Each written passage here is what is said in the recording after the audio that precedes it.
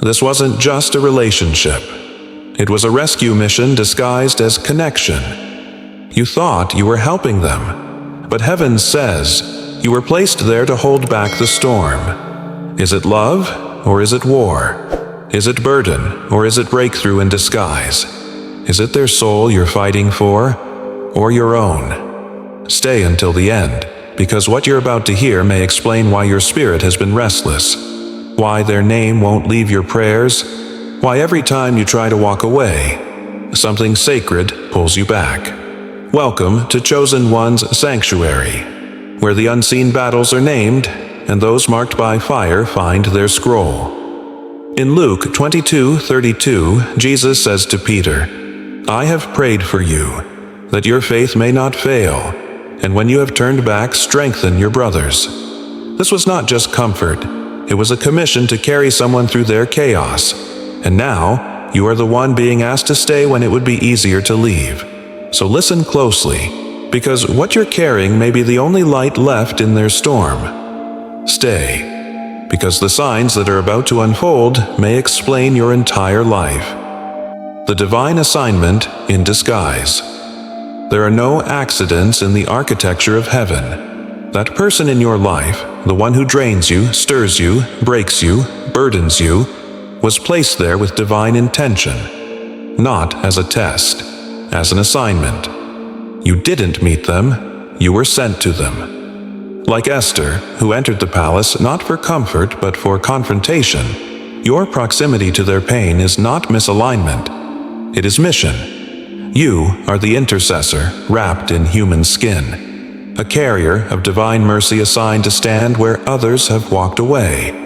You weren't sent to change them. You were sent to be the reason they survive long enough to be changed by God. And what if their breakthrough doesn't come through sermons or signs, but simply through the consistency of your love? You are not just part of their story. You are the doorway they've been crying out for. What if heaven placed you beside them not to fix them, but to hold the line while angels war in the unseen? What if you're the answer to a prayer they don't have the faith to speak yet? The shadow season.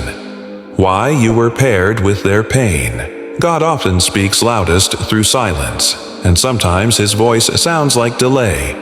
You have felt invisible, taken for granted, buried in the background of someone else's chaos.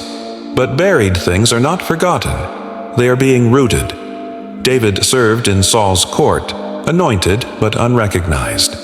And yet God used the tension between them to train David's patience, humility, and endurance. It was not kindness that forged the king. It was resistance. This person may not see you, but heaven sees everything. And still, God tells you, stay. The rejection wasn't punishment. It was preparation for the weight you carry now. Even in their silence, God was speaking to you. Because love without response becomes refinement. This connection isn't proof of your weakness.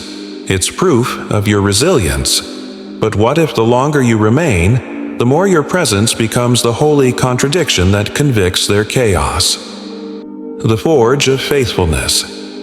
Your staying is the fire. The fire you feel is not destruction, it is consecration. You are being burned, not broken. Sanctified, not suffocated. This mission isn't just healing them, it's shaping you. God doesn't trust fragile vessels with sacred burdens. So he places chosen ones in the furnace of faithfulness. Not because he wants them to suffer, but because he intends to give them authority. Moses didn't become a deliverer in Pharaoh's palace. He became one by enduring a people who constantly doubted him. Your fire is not just from their wounds, it's from the weight of your assignment. The staying didn't break you, it built you. This isn't about codependency, this is about covenant. Each time you chose to stay when walking away was easier, heaven recorded it as an act of war. And now, the forge has become your altar. Darkness confrontation. Why hell targeted you early. The enemy knew who you were before you did. That's why you were attacked in childhood. That's why rejection found you first. That's why emotional warfare clings to your closest relationships. Your life has carried unusual warfare because your presence is a threat to darkness. This person you're fighting for? The enemy chained them early, knowing that if they ever tasted freedom, they would awaken nations. And you, yes, you, were the one sent to rattle the gates. Biblical echo. Joseph was sold by his brothers, falsely accused, locked in prison, not because of who he was, but because of what he carried. The enemy always attacks the carrier of redemption. You weren't attacked because you were weak. You were hunted because you're dangerous. That person's demons recognize your assignment even when they don't. This is not personal. It's prophetic. Your resistance proves your anointing. If this resonates, comment "444 now as a prophetic sign that you are still listening, still standing, and still receiving the scroll God handed you. What if the chains you feel are the ones you're called to break? You carry breaker. Anointing. You didn't come into this connection empty. You carry something that shifts atmospheres. Even when you say nothing. Peter denied Jesus. But Jesus never denied Peter's destiny. Instead, he restored him because he saw the fire buried beneath the fear. That's what you're doing now. Holding space, hosting hope, bearing the unbearable. Your silence has been a weapon. Your prayers, a hammer. Your tears, blueprints in the spirit. You are the answer hell hoped they'd never find. You don't need their validation to complete the mission. You only need heaven's voice saying, "Well done, faithful one." And heaven is speaking now. The scroll of this connection. This isn't a conversation, it's a scroll, written before time, sealed with fire, assigned with eternal weight. God didn't pair you with this person for romantic storylines or moral lessons. He paired you because your presence is a prophetic act. You are a living letter, as Paul said in 2 Corinthians 3:3, written not with ink, but with the Spirit of the living God. Their life is a locked gate. You were given the key, not to force it open, but to wait until the timing is holy. You were not sent to change them. You were sent to witness what only God can do. If you abandon the scroll, you delay what was ordained to be unsealed through you. Are you still holding the scroll? Or has weariness loosened your grip? The rise of the assigned ones. You are not the only one carrying a mission that no one sees. There is a remnant, scattered but seen, hidden but marked. All across the earth, chosen ones are carrying someone else's freedom on their shoulders. They are not loud, they are loyal. Not platformed, but positioned. Like Elijah, you may feel alone, but heaven says, "I have kept for myself 7,000. There are others like you." This channel, chosen one's sanctuary, is your gathering place. A confirmation that you are not crazy. You are called. This isn't just about who you're helping. It's about who you're becoming. You are not just assigned to them. You are being refined for nations. And now, something is awakening. Echo activation. This was never just about them. Every act of faithfulness is an echo. The day you stayed instead of leaving. The night you prayed through your own tears. The silence you endured without resentment. These were not random acts. They were ripples. Ruth stayed with Naomi, and her loyalty birthed David. Your staying power is writing a lineage you cannot yet see. This is bigger than one person.